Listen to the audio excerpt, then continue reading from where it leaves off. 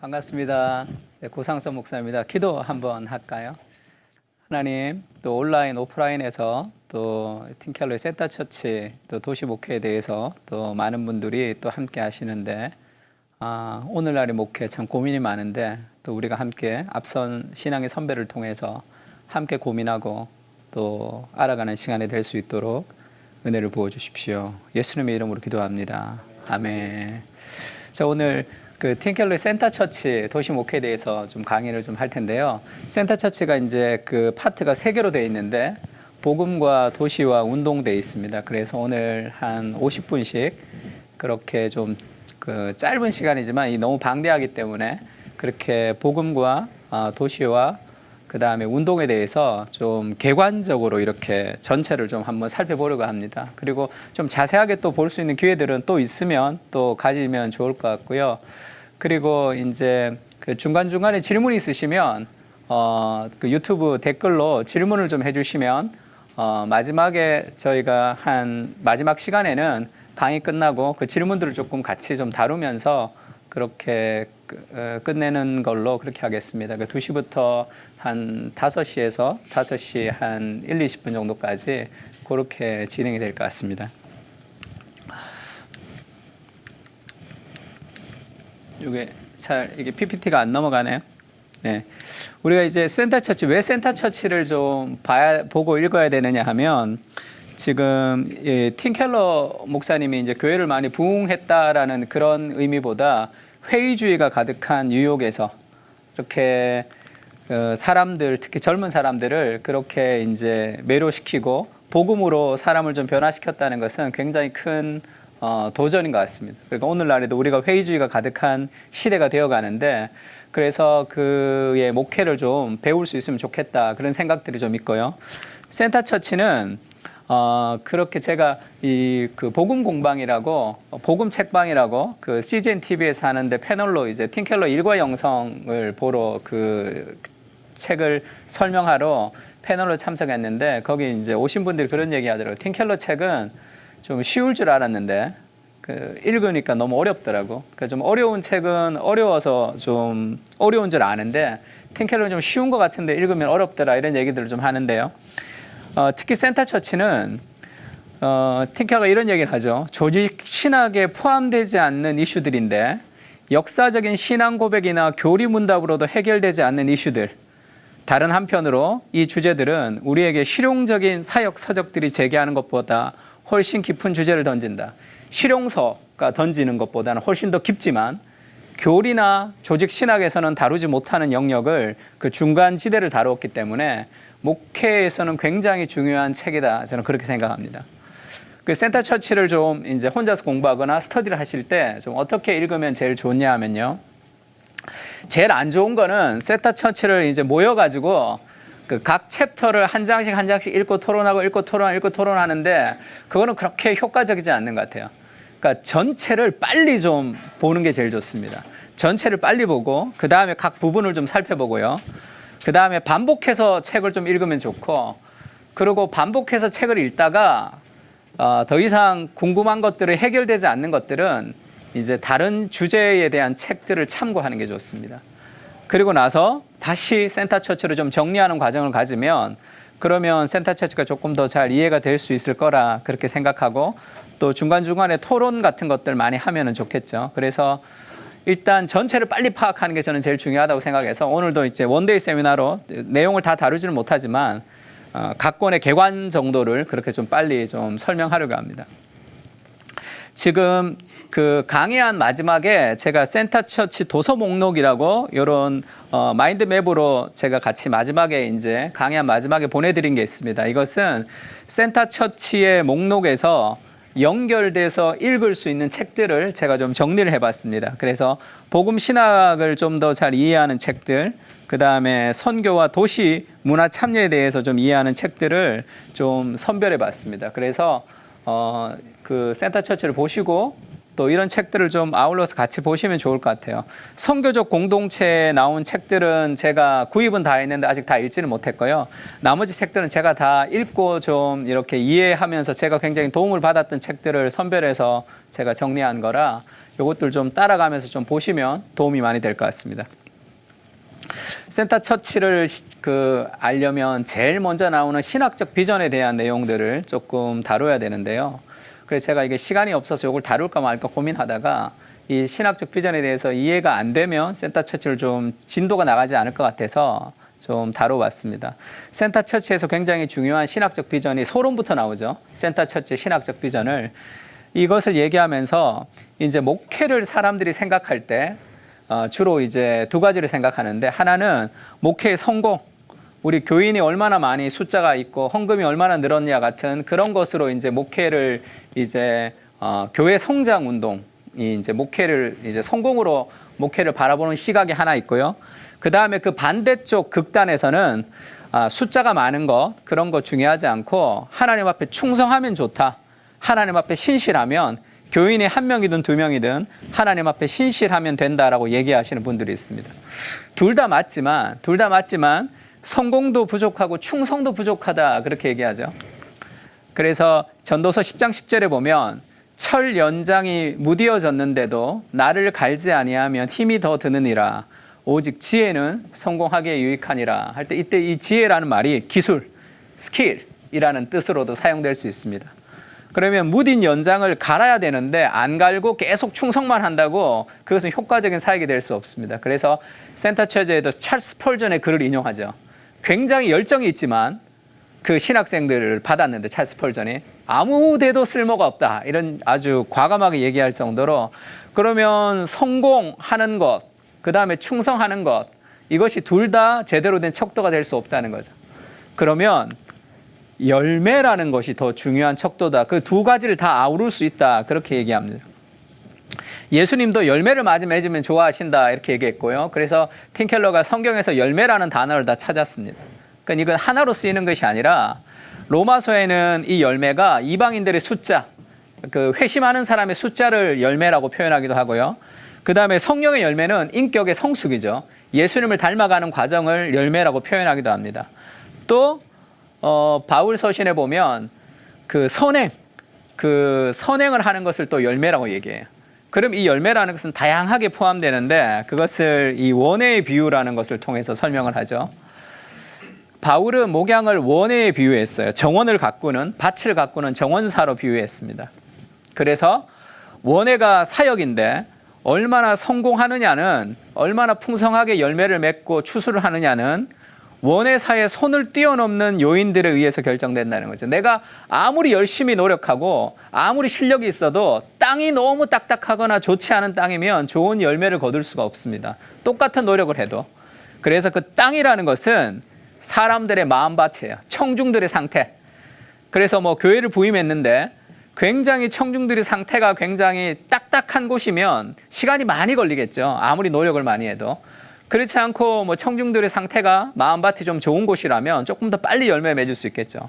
그거는 그 개인의 노력에 달린 것이 아니라 그거 이상의 문제가 있다는 거죠. 그래서 밭이라는 요소가 우리가 생각을 해야 된다는. 그 다음에 기후의 상태는 주권적인 하나님의 역사죠. 내가 아무리 노력을 해도 비가 내리지 않으면 그것은 열매가 거둬질 수 없습니다.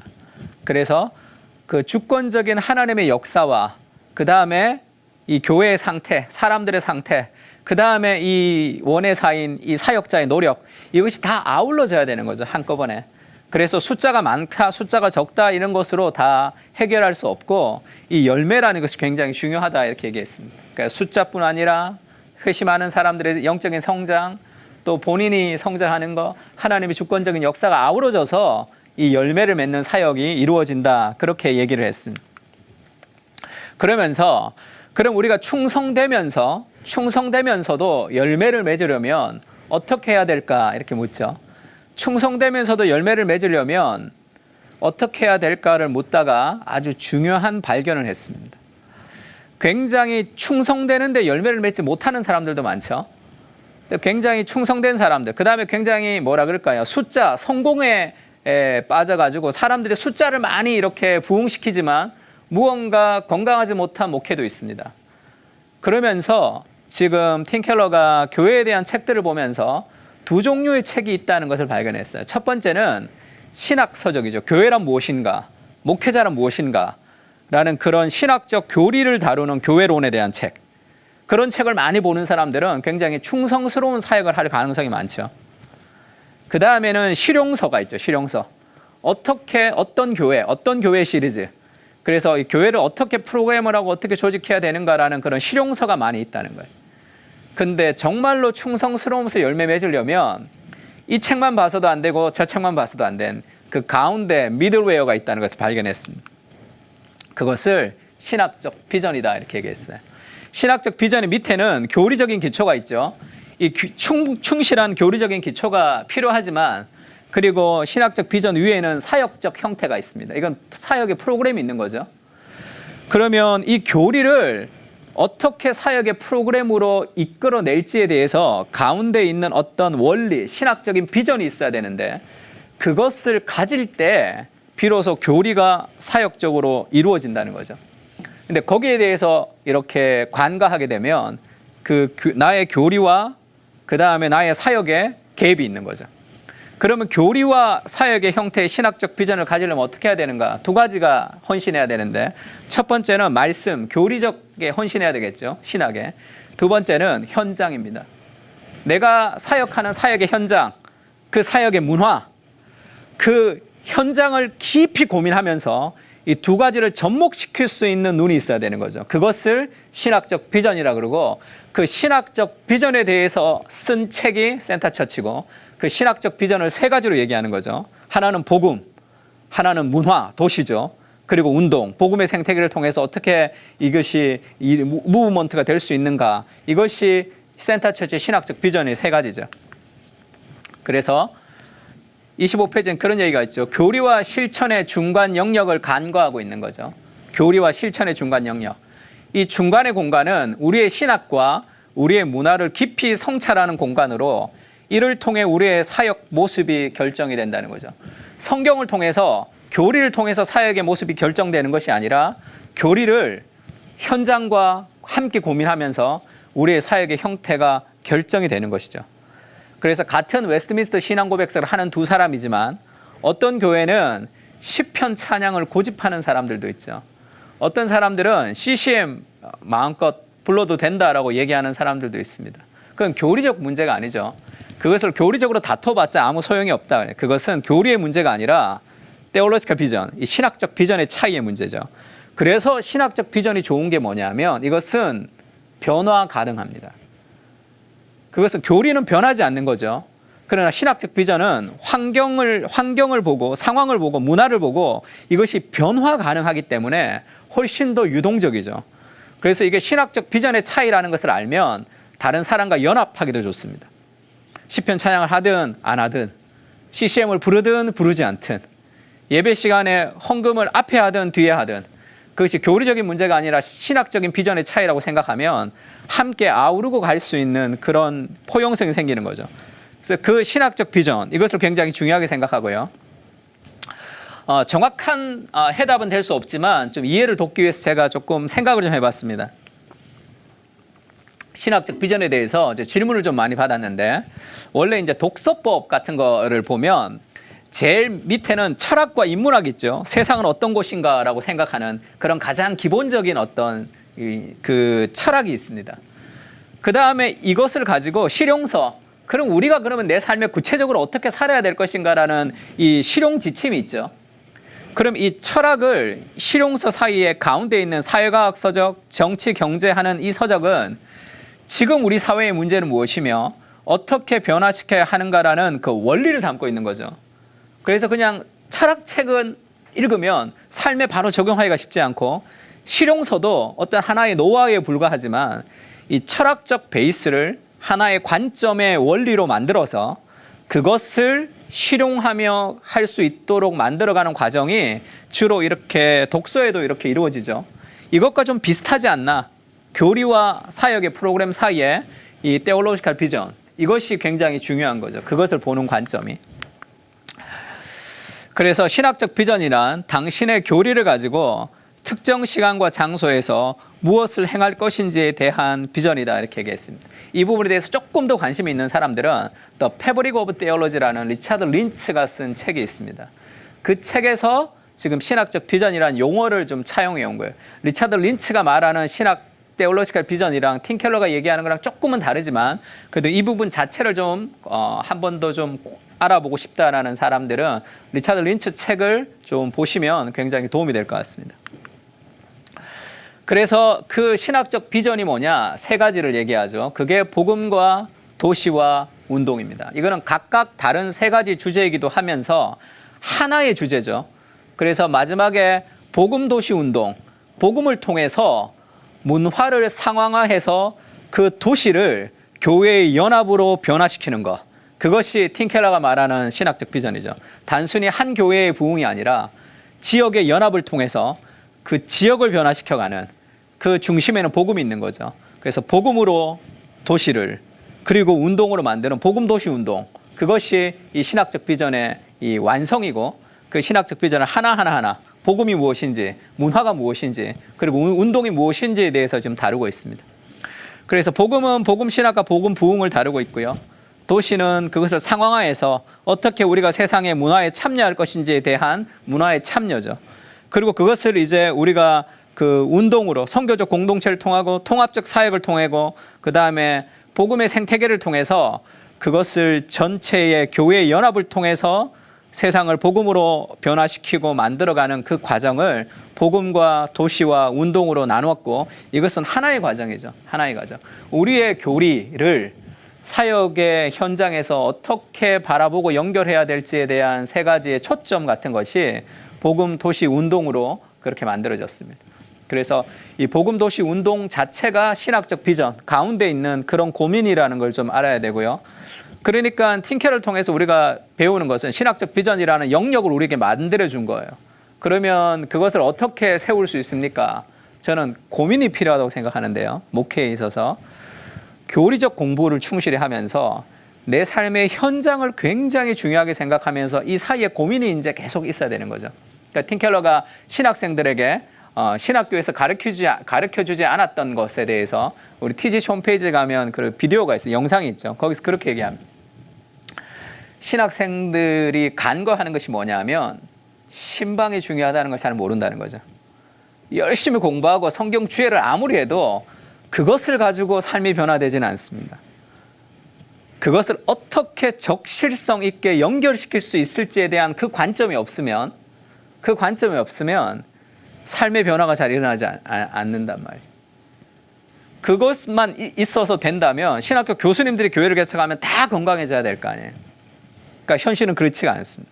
그것은 교리적 기초와 사역의 현장에 대한 고민이 있어야 되는 거죠. 책도 열심히 읽어야 되지만 사역의 현장에 대한 고민. 그런데 단순한 내 삶의 현장뿐 아니라 그 시대의 문화에 대한 내러티브, 그런 고민들이 좀 필요한 거죠. 그래서 다시 한번 얘기합니다. 이제 조금 더 이해가 되실 것 같은데 팀 켈러도 그렇게 얘기해요. 다시 한번 말하지만 이것들은 조직 신학에 포함되지 않는 이슈들이에요. 조직 신학만 가지고는 목회가 건강하게 될 수는 없습니다. 역사적인 신앙 고백이나 교리 문답으로도 해결되지 않는 이슈들이에요. 그러나 한편으로 이 주제들은 우리에게 실용적인 사역 서적들이 제기하는 것보다는 훨씬 더 깊은 주제를 던지는 거죠. 그 가운데 있기 때문에 그렇습니다. 교회를 어떻게 해야 되는가라는 사역적인 실용서가 있고 그 다음에 조직 신학적 교회론이 있지만 그 가운데 있는 그런 관점이죠. 이 교리적 진리를 어떻게 오늘의 삶에 적실성 있게 연결시킬 것인가. 그것이 굉장히 중요한 영역이죠. 그래서 이제 복음에서는 복음이 굉장히 제일 중요한데 복음에서는 여러 가지를 다룹니다. 좀 간단하게 얘기하자면 첫 번째는 복음을 얘기하면서 팀 켈러가 복음은 좋은 충고가 아니라 좋은 소식이다 이렇게 얘기합니다. 그 지금 충고와 소식을 얘기하는 이유는 복음이라는 것은 우리가 행하는 무엇이 아니라는 거죠. 우리가 뭘 하는 게 아니라 예수님이 우리를 위해서 뭔가를 다 하신 거죠. 그것을 믿는 것이 복음이다 이렇게 얘기합니다. 그래서 지금 팀 켈러가 말하는 복음은 그 메로운 논쟁 당시에 있었던 그 은혜의 복음을 다시 오늘날 재조명하는 거예요. 그래서 싱클레어 퍼거슨이 쓴 온전한 그리스도라는 책을 보면 싱클레어 퍼거슨이 젊었을 때 영국에 있을 때 미국의 신학교에 와서 매로운 온정에 대해서 강연한 게 있습니다. 3가지 강연을 한 게 있어요. 저도 예전에 그 강연이 막 떠돌아다니는 것을 MP 파일로 한번 받아본 적이 있습니다. 그래서 다 영어로 되어 있어서 책으로 나오면 좋겠다 이런 생각을 좀 하고 있었어요. 근데 시간이 많이 지나고 온전한 그리스도라는 책이 나오게 된 거죠. 디모데에서 나왔는데 그 책이 나올 때도 팀 켈러가 뒤에 그 싱클레어 퍼거슨이랑 같이 세미나를 하다가 쉬는 시간에 그걸 책으로 좀 내보자 이렇게 얘기했어요. 그러니까 그럼 내가 책 혹시 내면 네가 추천사를 좀 써라. 그렇게 해서 정말 책이 나왔죠. 팀 켈러가 추천사를 쓰고 싱클레어 퍼거슨이 그 책을 썼습니다. 매로운 온쟁을 설명하는 책이죠. 팀 켈러의 추천사만 읽어도 굉장히 이해가 팀 켈러의 복음을 잘 이해할 수 있는. 그래서 매로운 온쟁을 조금 더 공부하시려면 그 유튜브에 그 울산에서 강의했던 이종규 목사님이 강의하셨던 매로운 온쟁에 대한 그 강의가 있습니다. 그리고 또 이제 매로운 온쟁에 대한 강의가 있는데 그 강의를 좀 한번 들어보시면 훨씬 더 팀 켈러의 복음을 더 잘 이해하는 데 도움이 될 것 같습니다. 팀 켈러는 오늘날의 교회가 복음을 잃어버렸다 생각하는 거죠. 더 율법주의가 좀 강해졌다 이렇게 생각합니다. 그래서 복음이라는 것은 내가 생각했던 것보다 허물 많은 존재고 내가 생각했던 것보다 사랑받고 용납되었던 그런 이중 정체성을 얘기하는 거예요.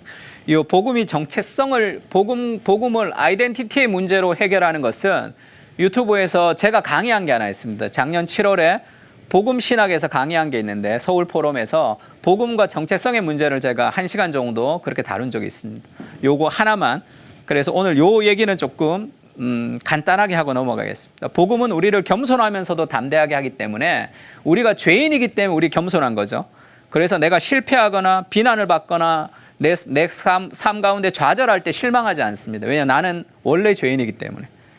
그러나 여러 가지 그 성공 앞에서도 우리가 교만하지 않는 이유는 내가 죄인이지만 내가 오늘날 이루는 많은 것들은 다 하나님의 은혜의 결과이기 때문이죠.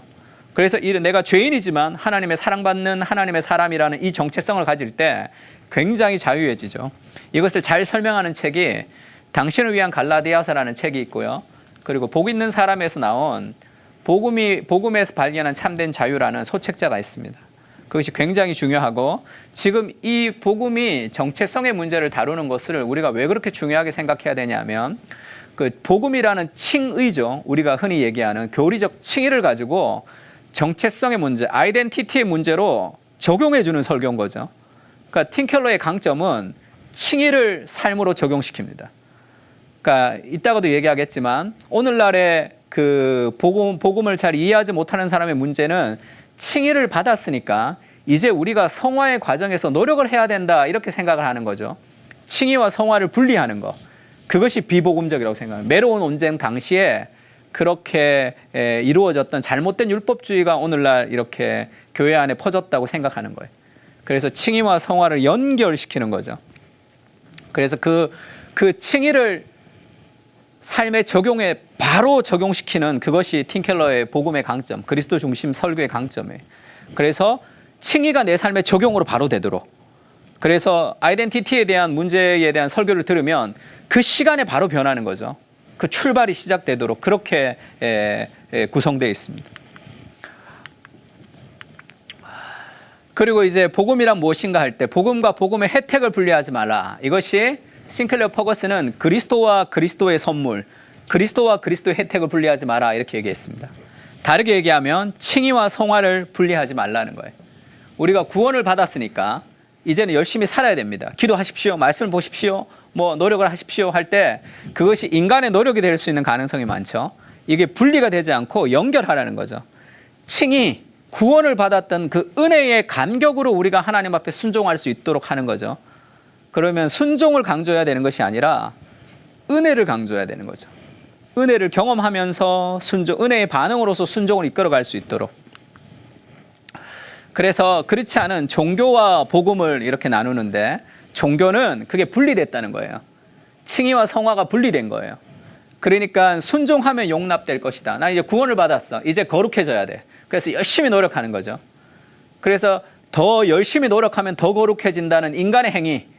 그래서 복음은 좋은 소식이지 좋은 충고가 아니다. 그렇게 얘기하면서 내가 뭔가를 하는 게 아니다라는 것을 계속 강조하고 있는 거죠.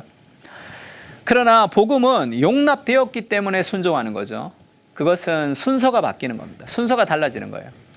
그러면 목사님, 그러면 우리가 노력을 하지 말아야 됩니까? 이렇게 얘기하는 사람도 있는데, 그거 순서가 중요한 거죠. 연결이 되면 어떻게 되냐면, 사랑하면 순종하듯이 우리가 찬송가 부를 때 주 달려 죽은 십자가 우리가 생각할 때에 세상에 속한 욕심을 헛된 줄 알고 버리네, 이런 찬양이 있죠.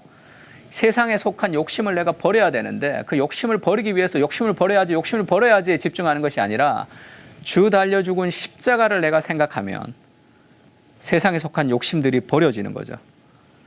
이 순서들을 흐르게, 그래서 그 은혜의 복음, 칭의의 복음을 가지고 그 순종의 출발이 될 수 있도록 그의 마음의 한가운데 칭의를 적용시키는 것, 그것이 팀 켈러의 설교의 굉장히 중요한 강점입니다. 그래서 불안과 두려움에 기초한 동기부여가 아니라 감사와 기쁨에 기초한 동기부여를 하는 거죠. 그래서 싱클러 퍼거슨이 그런 얘기하죠. 미국의 신학생들에게 존 오웬의 책을 어떤 걸 읽어봤냐 그러면 대부분의 미국 신학생들이 죄죽임의 교리를 얘기한다는 거예요. 우리나라도 비슷할 것 같아요. 존 오웬 하면 죄죽임의 교리를 대부분 다 얘기합니다. 유명하죠. 제일 유명하죠. 근데 이제 퍼거슨이 안타깝다는 거죠, 이게. 왜냐하면 존 오웬의 작품 중에는 죄죽임의 교리만 있는 것이 아니라 그리스도의 영광이라는 책도 있어요. 그리고 이 하나님과의 교제라는 책도 있습니다. 근데 그런 얘기를 해요. 죄죽임의 교리를 많이 읽는 미국의 신학생들은 실용적인 마찰을 신학의 말 앞에 두는 것이 아닌가 하는 우려를 지울 수가 없대요. 오웬도 청중이 그리스도를 알지 못하고 죄죽임에 관해서만 아는 것을 원치 않았을 것이다.